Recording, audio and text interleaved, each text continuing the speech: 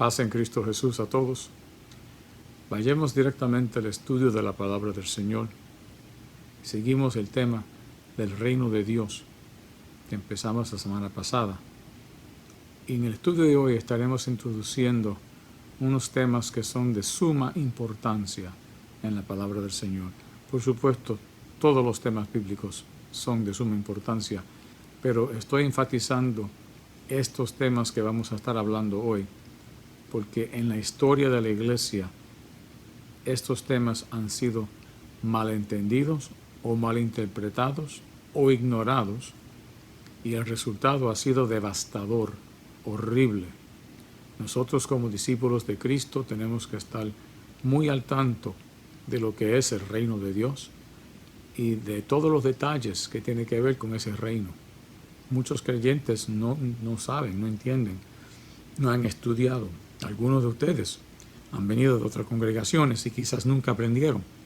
Yo vine de una iglesia católica, quizás usted también, o de otras denominaciones cristianas, y aún ahí yo nunca aprendí las cosas que voy a estar compartiendo con ustedes cuando yo era joven.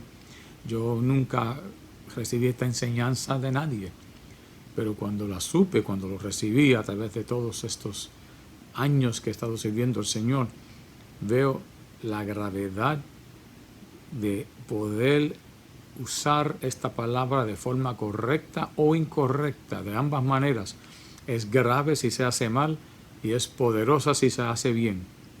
Pero les pido por favor que mantengan sus mentes y corazones abiertos, que pausen el video si necesitan, que tomen notas, que repasen los versículos, porque lo que vamos a hablar ahora es tan importante en cuanto a los temas proféticos, porque estaremos hablando de proféticamente quiénes son los hermanos de Jesús, quiénes son las naciones ovejas que entran al reino, cómo va a ser ese reino, y tópicos así, todos entrelazados unos con el otro, pertenecientes a la enseñanza de Apocalipsis y a la comprensión de toda la palabra de Dios. Así que vayamos a la palabra y espero en el Señor que esto sea de gran bendición a todos nosotros, en el nombre de Jesús. Amén, Señor. Según la palabra del Señor, este cuadro que vemos aquí en la pantalla es completamente correcto. Viene un día que dice la palabra de Dios, el Señor hablará a un grupo de personas y les dirá a ellos las siguientes palabras que son preciosas y esperadas por todos. Venid, benditos de mi Padre, heredad el reino. Estamos hablando del tema del reino de Dios. Recordamos que el tema del reino es central a las enseñanzas bíblicas, ya que Jesús vino para iniciar el reino de Dios. El reino de Dios existe hoy en forma invisible, en el aspecto de que no hay una nación en particular que uno pueda apuntar con su dedo y decir, he ahí el reino de Dios. El reino de Dios no es de este mundo al momento. Así le dijo Jesús a Poncio Pilato, que su reino no era de este mundo. Y eso es cierto, por supuesto. En estos momentos el reino de Dios es un reino espiritual, un reino que existe en los corazones de toda persona que entrega su corazón a Cristo Jesús. El reino de Dios está presente en la iglesia, es la iglesia en estos momentos. Pero estamos hablando en términos proféticos.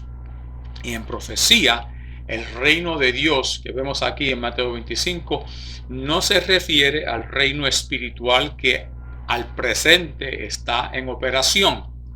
Se refiere a un reino futuro, a un reino que no será espiritual solamente, sino que será material, visible, físico.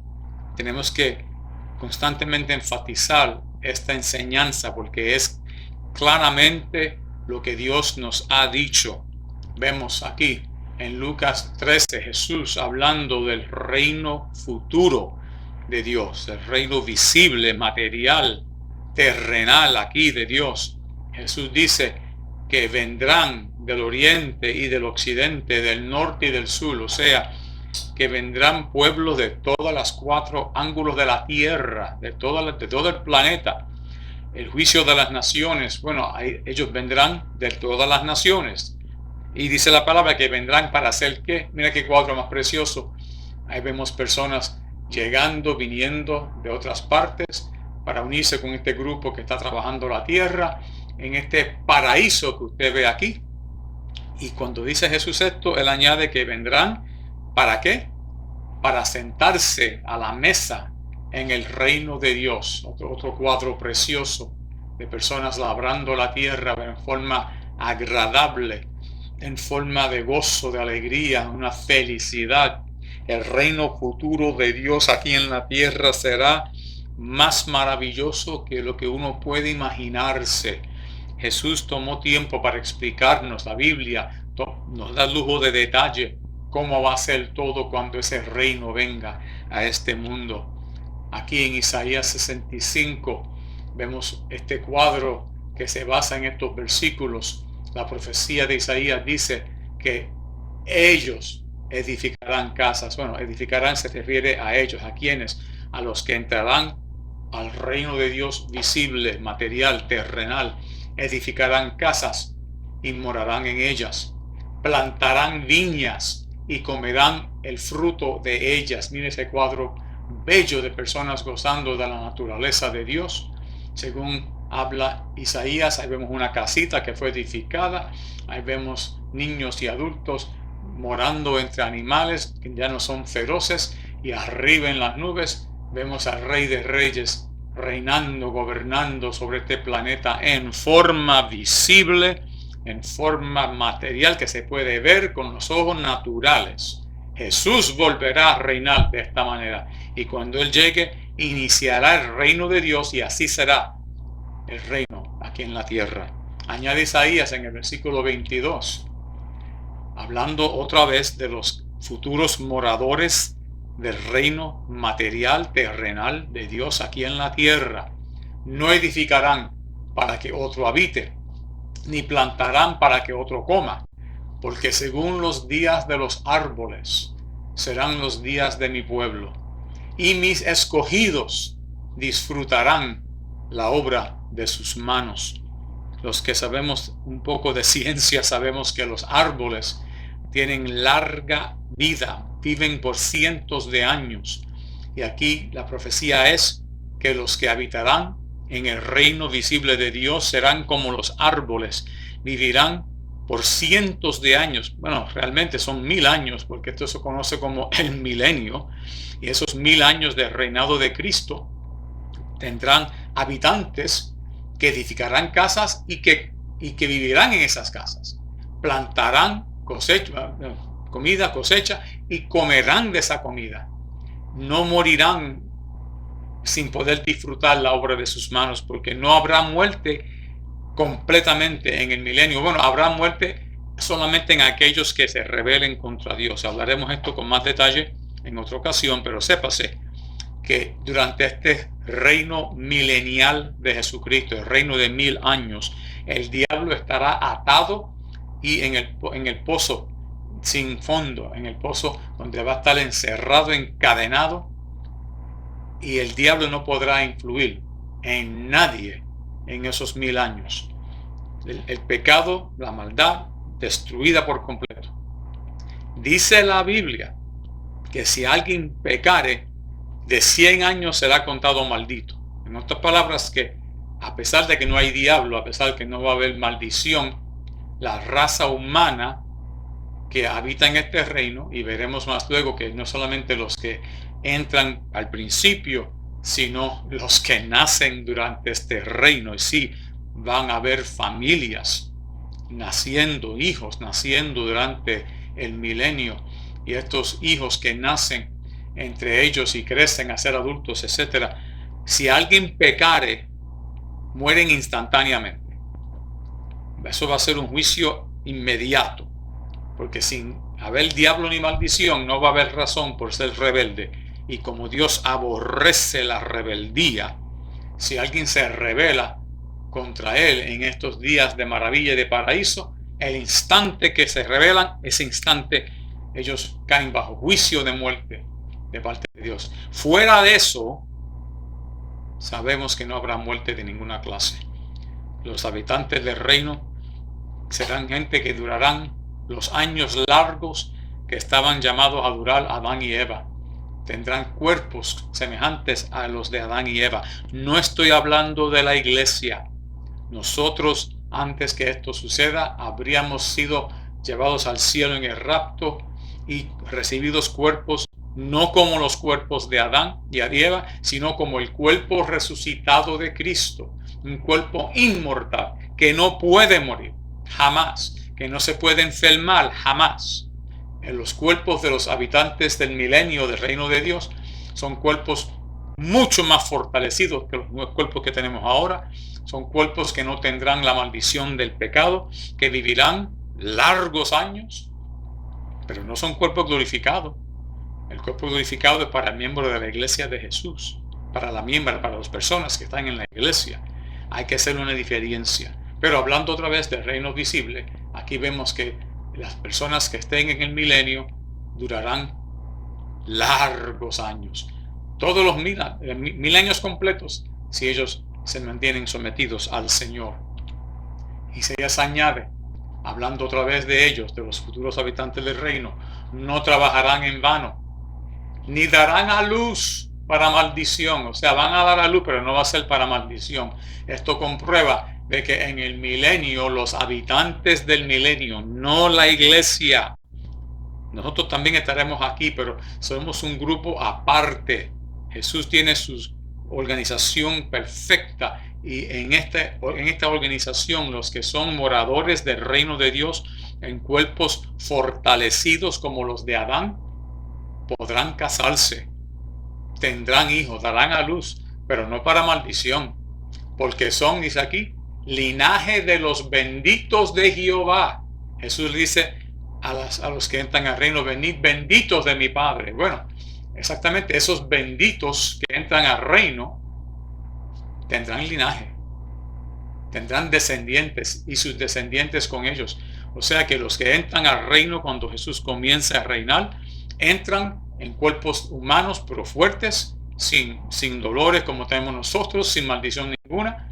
Y esas personas se casarán, tendrán hijos, sus hijos crecerán, se casarán. O sea que la tierra va a ser repoblada por todos los que habitan en el milenio.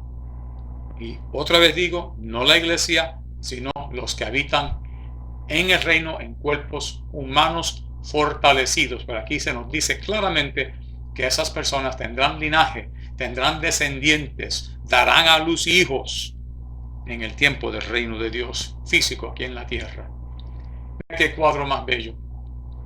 Así es una semejanza de lo que va a ser el mundo físico, visible, cuando Jesús vuelva a tomar su poder desde la ciudad de Jerusalén, su reino desde la ciudad santa, donde Él gobernará sobre toda la faz de la tierra. Mira qué belleza, mira las sonrisas, mira las diferentes naciones.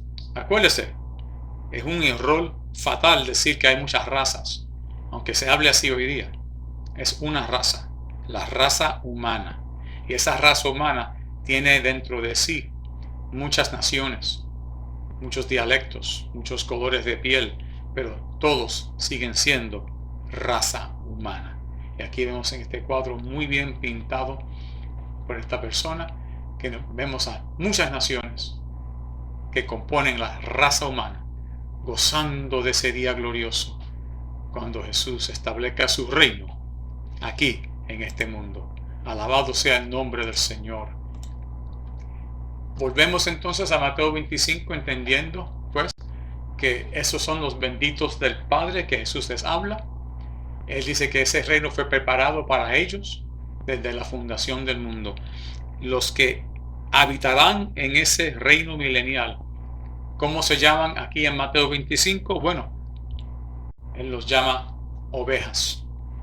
Personas entre las naciones que son ovejas. Por tanto, nosotros, como estudiantes, discípulos de Cristo, de la Biblia aquí, tenemos que hacernos la pregunta y contestar la pregunta: ¿quiénes son las ovejas que heredan el reino? Estoy hablando del reino visible, físico, terrenal. Por supuesto, los que somos de Cristo hoy día somos ovejas del Señor, somos su rebaño. En ninguna forma queremos negar o contradecir esa realidad. Se nos enseña que Jesús es nuestro buen pastor, que Él cuida por nosotros. Jesús refiere a la iglesia cuando le habla a Pedro: me amáis, apacentad a mis corderos, a mis ovejas. La iglesia sí son las ovejas del Señor en ese contexto, en el contexto de la iglesia.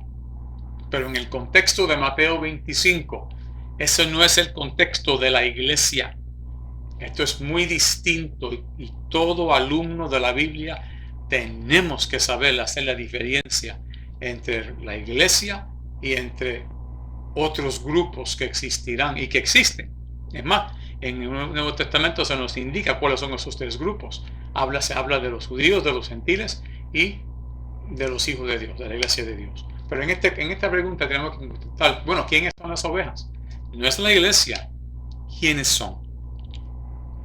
Las ovejas son los de las naciones que hicieron las siguientes cosas. Jesús lo dice claramente, que Él reúne a todas las naciones. Así que podemos decir sin lugar a equivocación que las ovejas son las naciones.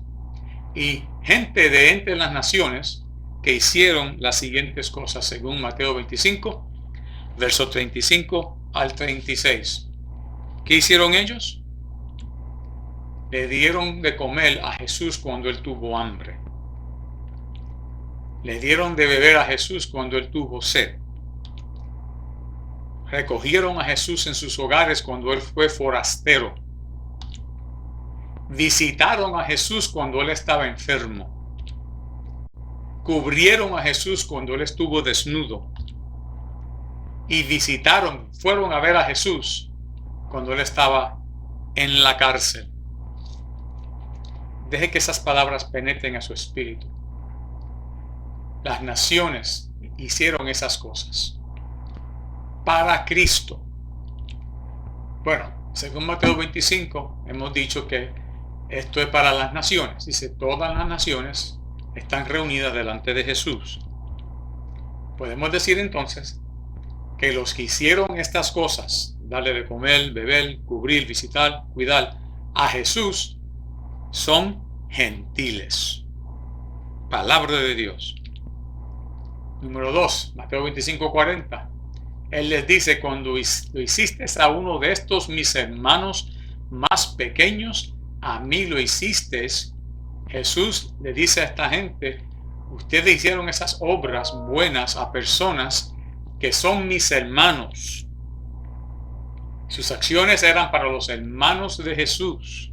Jesús tiene hermanos que las naciones gentiles hicieron bien a ellos, y por esa razón, por las obras buenas que los gentiles le hicieron a los hermanos de Jesús, Jesús los llama a entrar al reino visible, material, terrenal aquí, que se manifestará cuando Cristo vuelva, y Jesús los llama a ellos benditos de su Padre.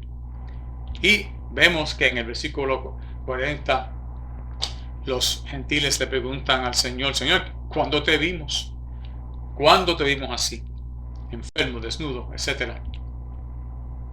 Ellos no sabían eso, que lo que estaban haciendo era para Jesús. Creo que ese es el verso 41, si no me equivoco. El Señor, ¿cuándo te vimos? Vamos a mirar cada punto específicamente. Punto número 1. Las ovejas son gentiles.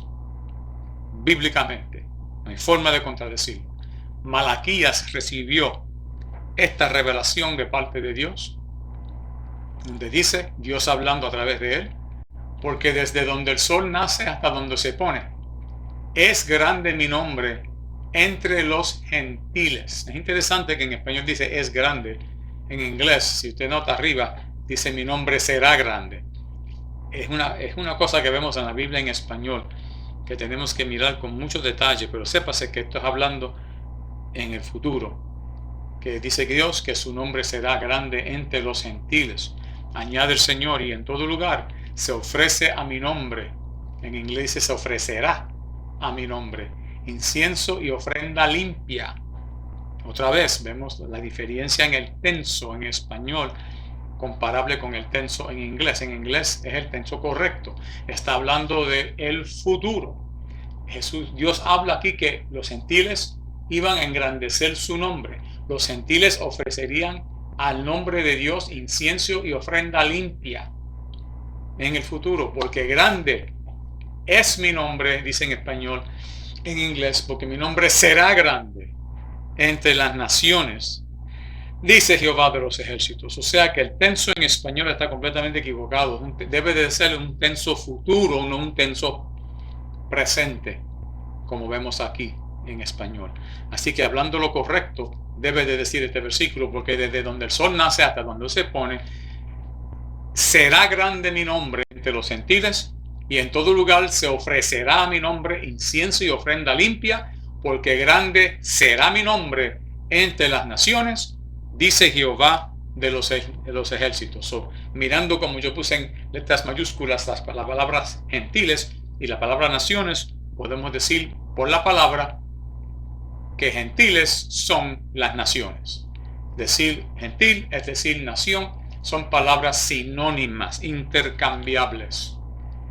Así que cuando decimos el juicio de las naciones, también podemos llamarlo el juicio de los gentiles. Entendamos ese punto claro, que por la palabra de Dios, los gentiles y las naciones es una misma realidad. Todo aquel que no es judío es gentil. Aparte, por supuesto, de la iglesia, porque la iglesia se compone de judíos y gentiles que ahora son parte de un grupo mayor. Ya no somos simplemente judíos o simplemente gentiles, ahora somos de la iglesia, del cuerpo de Cristo. Pero estamos hablando en términos proféticos.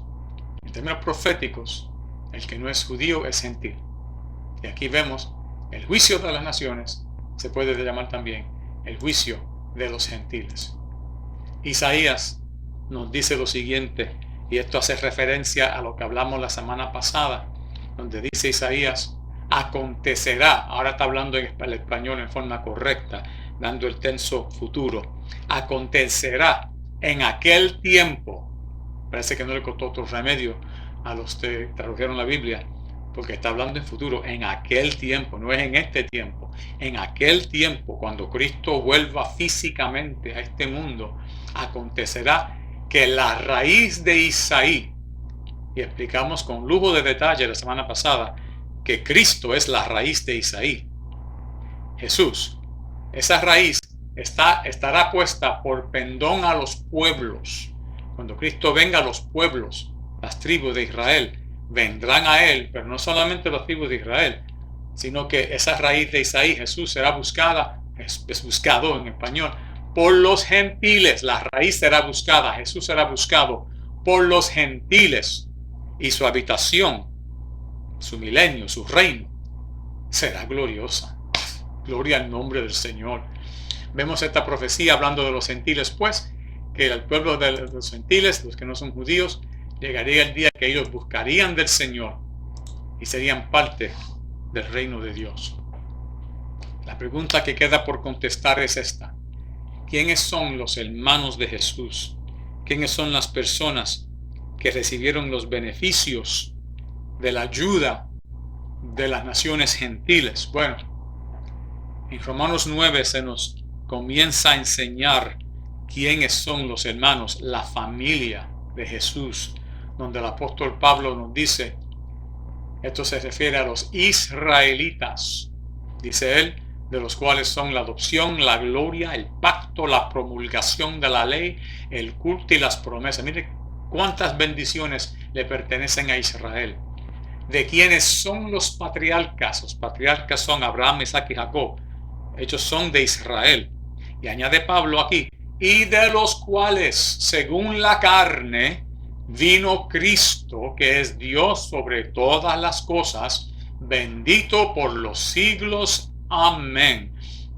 La enseñanza bíblica es que Cristo, según la carne, vino de Israel. Jesús es judío, 100%. Nació de Israel, es de Israel. Israel es la familia en la carne de Cristo. En Romanos 1:3, el apóstol Pablo sigue enseñando, diciéndonos de nuestro Señor Jesucristo, que era del linaje de David. La raíz de Isaí, linaje de David, hablamos la semana pasada, son términos idénticos. Jesús es del linaje de David, de la casa real de David.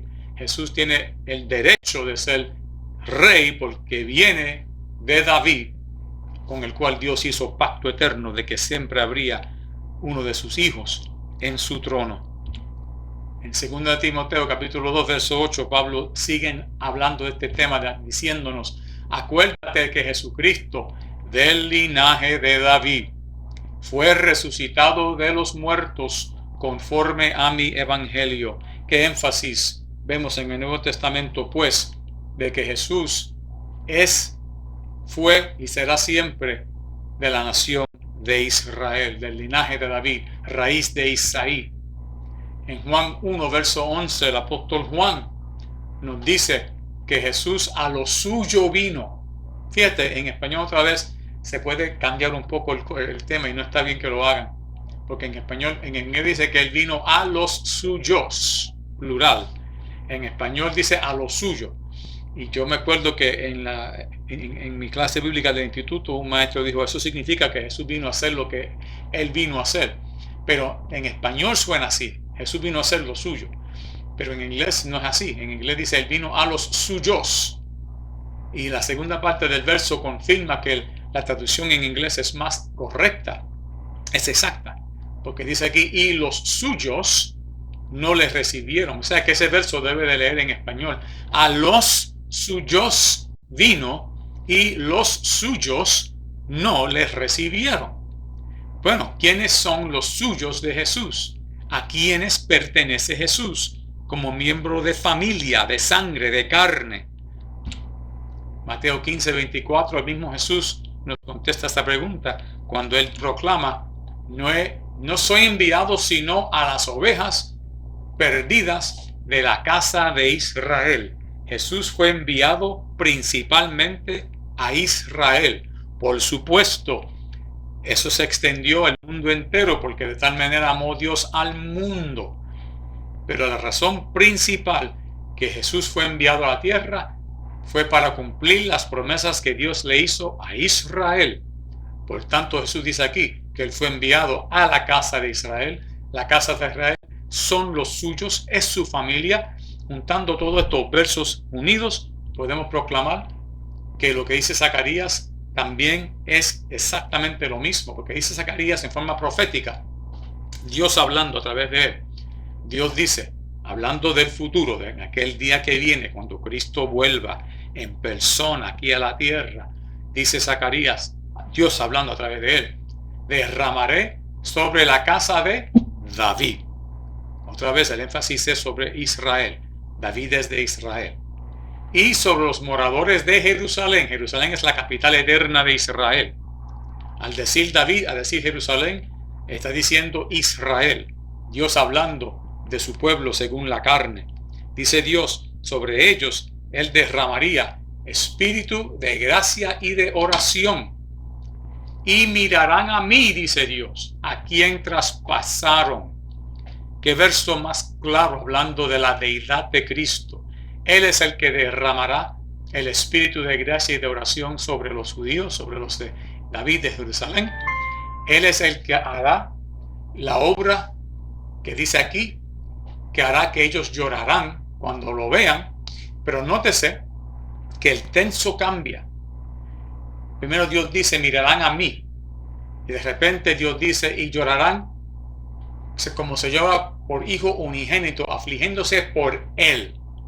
Este verso es riquísimo, mis hermanos y hermanas, porque aquí vemos Dios hablando en persona. Primero, él derramará, yo derramaré, me mirarán a mí, y luego cambiando de la forma que habla y dice llorarán y se afligirán por él.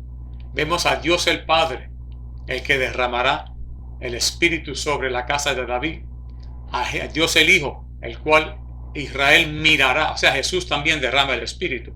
Él recibe del Padre el Espíritu y luego Jesús derrama el Espíritu. Así que vemos a Jesús hablando que derramaría el Espíritu sobre los judíos, el Espíritu que Jesús recibió del Padre, el Espíritu Santo, lo derramaría sobre Israel. Israel lo mirarían a él, a quien ellos traspasaron, y el Padre ahora habla y dice, y llorarán como se llora por hijo unigénito, afligiéndose por él. ¿Por quién? Por el Hijo, por Dios el Hijo, como quien se aflige como por el primogénito. Qué enseñanza más maravillosa, qué fascinante esta palabra de Dios, mostrándonos cómo obra Dios en su esencia. Hay un solo Dios, unido en esencia, en naturaleza, propósito, pensamiento y acción. El Hijo y el Padre y el Espíritu Santo, los tres, obrando en este verso. El énfasis, sin embargo, nuestro en estos momentos es que toda esa obra del Padre, del Hijo y del Espíritu Santo es sobre la casa de David, sobre los moradores de Jerusalén, sobre Israel, que llorarán por Jesús como quien llora por hijo primogénito y unigénito, porque Jesús es su familia. Ellos son familia del Señor. Un día esto sucederá. Ese es el monte de los olivos, y sobre ese monte se verá Jesús llegar en gloria. Ese valle que usted ve ahí, que ahora está vacío, un día estará lleno de almas, de personas, de judíos, clamando y llorando, lamentándose cuando se den cuenta el que vino a nosotros hace 2000 años. Nosotros lo rechazamos, nosotros lo traspasamos. Ellos, los romanos, toda la humanidad es culpable de la muerte de Cristo. Ellos llorarán, gimirán, se arrepentirán. ¿Y qué sucederá entonces?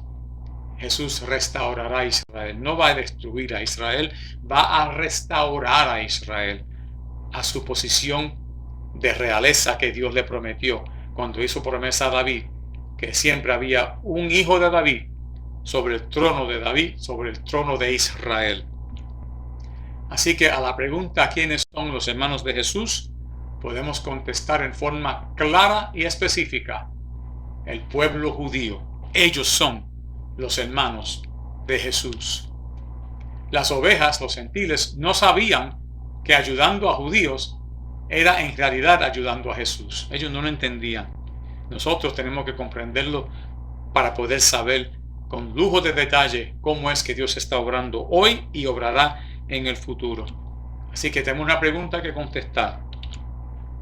¿Cuáles judíos necesitarán su ayuda, la ayuda de los gentiles? ¿Quiénes son esos judíos?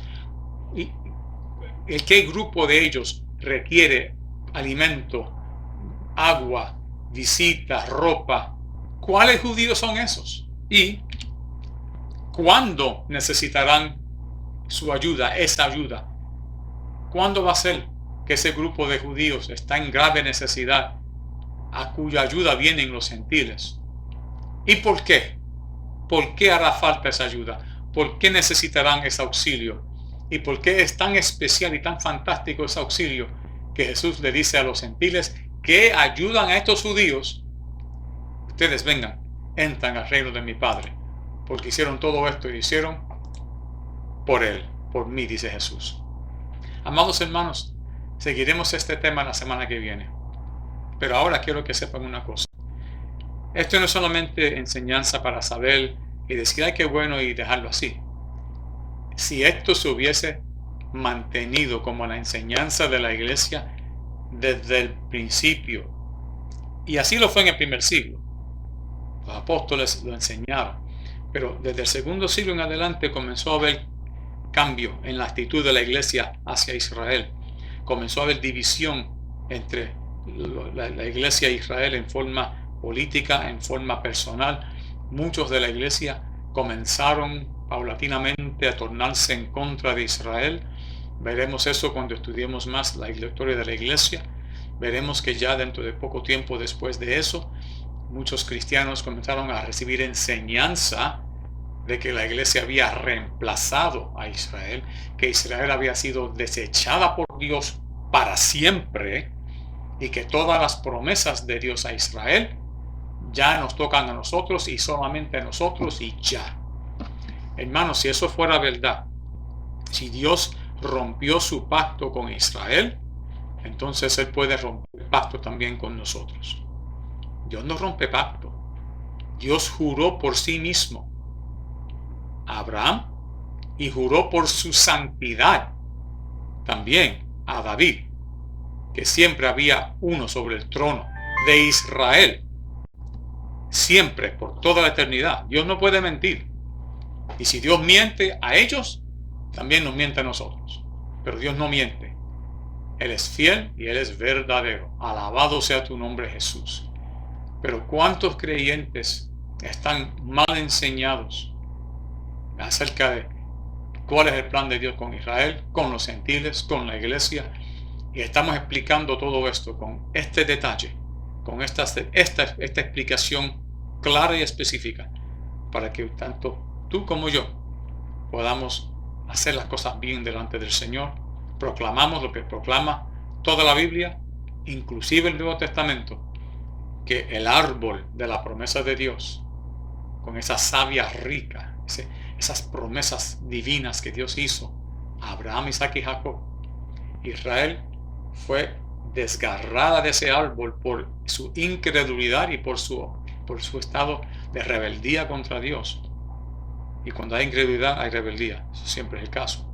Pero entiendan que por causa de eso, esa rama de Israel fue desgarrada del árbol de la promesa de Dios y puesta a un lado. No fue quemada y destruida, fue temporariamente puesta a un lado. Y nosotros, una rama silvestre, los gentiles, ahora que conocemos a Cristo, fuimos injertados en el árbol. Y hay creyentes judíos también que aún están en el árbol de la promesa de Dios. Eso es ahora. Pero el día viene donde la rama que fue desgarrada y echada a un lado temporalmente, dice Pablo, poderoso es Dios de volverla a injertar. Y así va a ser Él cuando Cristo venga para establecer su reino. Israel será completamente restaurado y las naciones, la gente entre las naciones que ayudaron a Israel en el tiempo que veremos en la semana que viene, serán llamados benditos del Padre y entrarán al reino de Dios aquí en la tierra. Gloria al nombre del Señor. Gracias por atender a esta clase, gracias por participar y espero en Dios que con esta enseñanza usted y yo, tú y yo, podamos juntos decir hasta con más gozo y con más sinceridad y con más intensidad: Maranatha, amén. Ven, Señor Jesús. A su nombre gloria. Amén, Señor.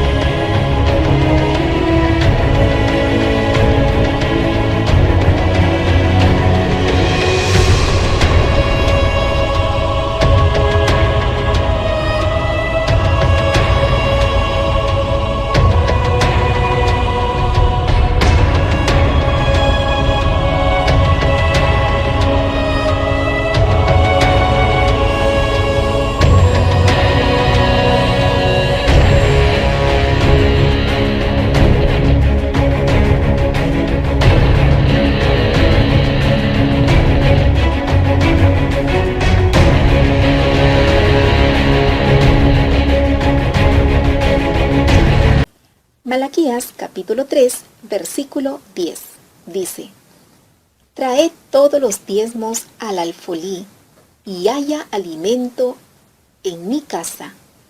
Y probadme ahora en esto, dice Jehová de los ejércitos, si no abriré la ventana de los cielos y derramaré sobre vosotros bendición hasta que sobreabunde. Esta hora, Señor, te presentamos estos diezmos y ofrendas, para que lo multipliques, lo bendigas para tu gloria. Y aquel que no tiene, provéele, te lo ruego, para que bendiga la obra. Gracias, Señor, en el nombre de Jesús. Amén.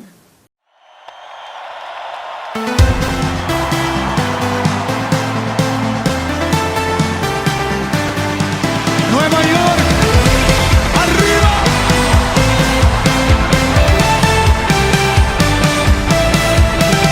Fui creado para adorar, marcado desde la eternidad. En ti está mi identidad. Cristo Jesús, me haces feliz.